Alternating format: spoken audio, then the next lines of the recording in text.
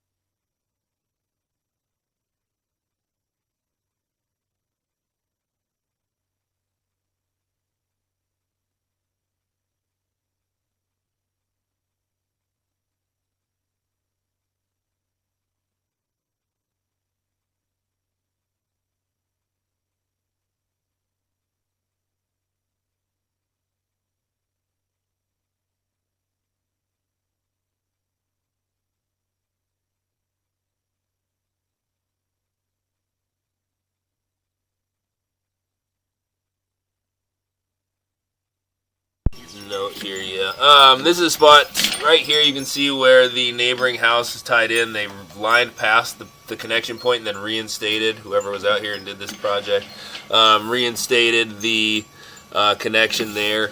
Immediately next bell after that, we're pretty well offset. I'm gonna go locate this spot though. This is a shared section of the line between these two neighboring homes. We're gonna call that 21 feet of, 21 feet of that 6-inch diameter concrete up to that spot that we can't get past with the camera from the end of this liner, this 6-inch diameter liner. We'll come back, run through this liner, but the liner looks good.